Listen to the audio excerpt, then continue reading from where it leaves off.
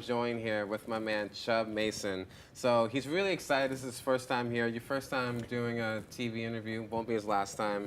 But I'm just really excited the fact that you're excited to be doing this. So Thanks glad for to having have me, you man. here. Yeah, glad Thanks to for have having you me. here. I'm excited to be here too, man. I always used to watch this network back in the days growing Oh, up. you're a fan? Yeah, Eminem. Yeah, I used to watch. I used to keep up with all that. That's what's up. Now you're on that. So definitely. Fire. That's Nigga, what it we is. made it. Yes. So Chubb, so tell us, what brings you here? What do you do? Well, first of all, you know, I do music. I'm saying I'm a songwriter, I rap, I sing. People say I can sing. I mean, I've been around real singers, you know what I'm saying? But I got a good voice though. And basically, you know, I came here to support my fellow Power Circle member, TT Mob Robski. You know, he brought me along here, so I'm like, why not, man? Just another day in the office, trying to promote what we got going and just trying to get to the top, man, you know? And with people like you, man, it's gonna help us, man. Shout out to 103XTV, man, you heard?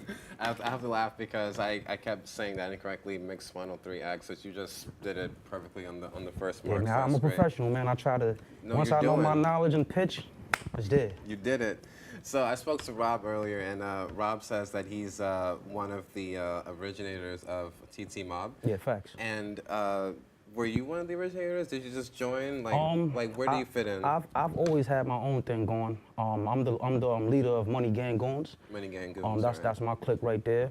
I'm signed to a label called F Media. We got our own website. You can check that out. But as far as the whole thing with me and Rob, we always knew of each other. You know what I'm saying? And I went to one of his shows in FaceTime in Staten Island, and there was just one song that caught my attention from him. It was called "Think About It." I'll never forget it. You know what I'm saying? And after he performed, he got off the stage, and I went up to him, gave him his props, and the rest was history from there. We started mopping out the mad shows.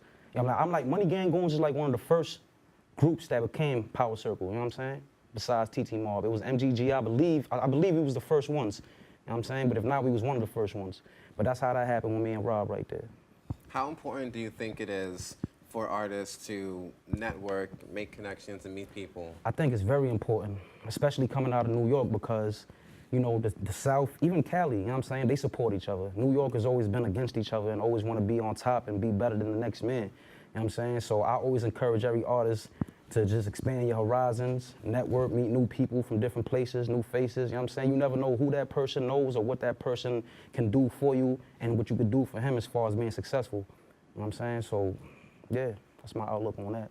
Now, is it often that you go to a show and either you feel compelled to, I guess, approach someone on stage if you thought they did a really dope job, or does it often happen to you that sometimes people even approach you sometimes after they see you perform? It happens a lot to me.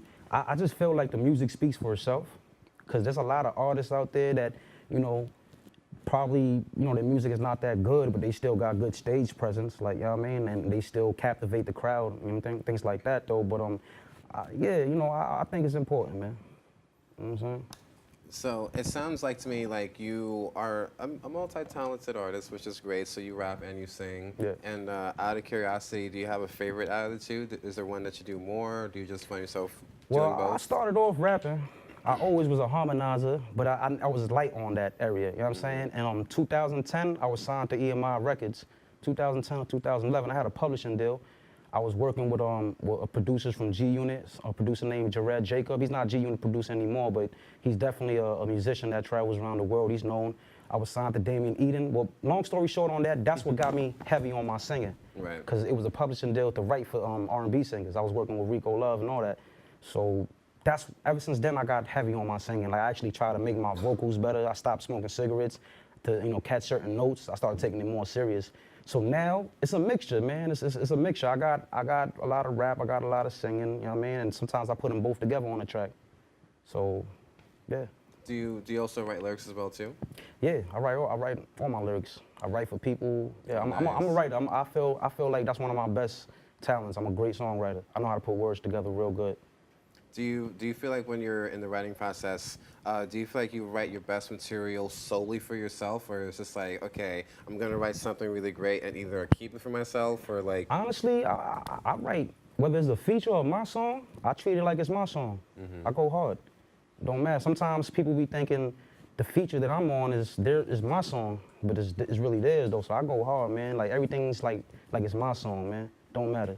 I'm gonna go hard every time. Definitely. What is the biggest crowd that you can remember that you had at a show? This was like in 2009 or 8, I think.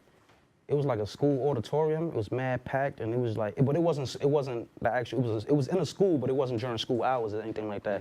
And it was, yeah, you know how auditoriums be pretty big in school, so it was that plus more people. So I think that was like my biggest crowd.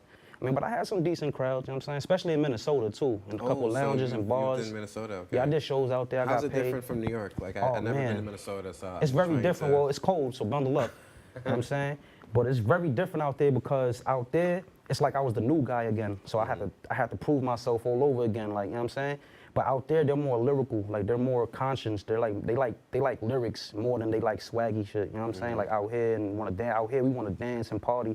Out there, they on that hardcore rap, lyrical, subliminal, irritable, all that other crazy shit, you feel me? But it's cool though, man, they support you, man. It be cold as shit and them niggas still come out and support you. That's a fact. You know what I'm saying? And I was getting paid for the shows too. I ain't never get paid for shows.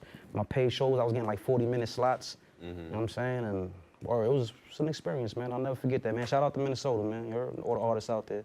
Cause I just feel like, you know, if you're from New York City and you go anywhere else to perform or just being anywhere else, knowing that you're from New York City, I feel like it's gonna be love or hate, no in between. So it sounds like, you know, they definitely show some love out there. I mean, they gonna always hate us, cause we from New York, baby. Yeah. You know what I'm saying? But I mean, as long as you don't hate me in front of my face and disrespect, we good. Yeah. Put some respect on my name. Put I ain't some gonna say respect no on the more. name.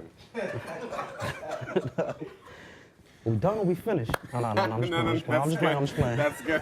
The funny thing is, we actually are finished, actually. Oh, shit. Perfect timing. Perfect timing, you know, so You know what I'm saying? I ain't gonna say no more. don't say no more, like.